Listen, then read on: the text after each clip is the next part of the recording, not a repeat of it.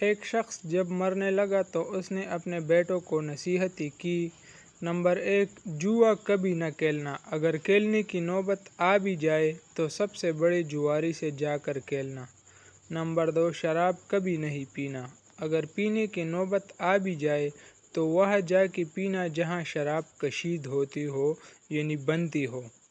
باپ یہ نصیحتیں کرنے کے بعد فوت ہو گیا۔ بیٹے کو باپ کی نصیحتیں یاد تھی۔ حکمتوں کی کھوج لگانے کے لیے سب سے پہلے وہاں پہنچا جہاں جواری جوا کھیلتے تھے۔ سب سے پہلے جواریوں کے جس گروہ سے ملا، انہوں نے لاکھوں کا جوا لگائے ہوئے تھا۔ یہ ان سب کو سب سے بڑا جواری سمجھا۔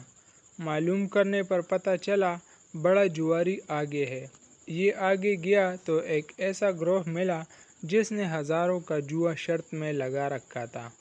یہ ان کو بڑا جواری سمجھا، مگر معلوم ہوا بڑا جواری آگے ہے۔ یہ آگے بڑھا تو دیکھا ایک گروہ ٹھیکریوں سے جوا کھیل رہا ہے۔ معلوم کرنے پر علم ہوا کہ یہی سب سے بڑی جواریوں کا گروہ ہے۔ وہ حیران ہوا کہ یہ کیا ٹھیکریوں سے کھیل رہے ہیں۔ بڑی جواری نے سرد آہ بھرے ہوئے کہا، میاں ہم بھی لاکھوں سے کھیلتے تھے، پر جوا کی بیماری نے ہمارا سب کچھ لوٹ لیا، اب ہمارے پاس کچھ نہ رہا، ٹھیکریوں سے محض علت پوری کر رہے ہیں۔ بیٹے کو باپ کی نصیحت کی حکمت تب سمجھ آئی۔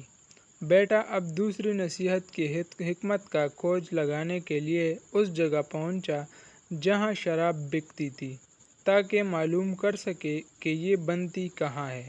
وہاں پہنچ کر اس نے دیکھا مختلف خوبصورت ڈیزائنوں کی بوتلوں میں مختلف ویرائٹی کی شراب موجود ہے، مگر اس نے تازہ شراب لینے کا بہانہ بنا کر وہ جگہ معلوم کر لی جہاں شراب کشید ہوتی ہے۔ مشکلات برداشت کر کے اس کا برتن تک جب پہنچا تو یہ دیکھ کر حیران ہو گیا کہ اس میں وہ چیزیں بھی پڑی تھی جس کے استعمال کرنے کا انسان تصور بھی نہیں کر سکتا۔ گرد و غبار تک کی اشیاء اس برتن میں موجود تھی۔ تعفن نے زیادہ دیر اس کو وہاں ٹھہرنے نہ دیا۔ واپس آتے ہوئے اس باپ کی نصیحت کی حکمت سمجھ آ گئی تھی کہ جہاں شراب شریعت کی روح سے حرام ہے،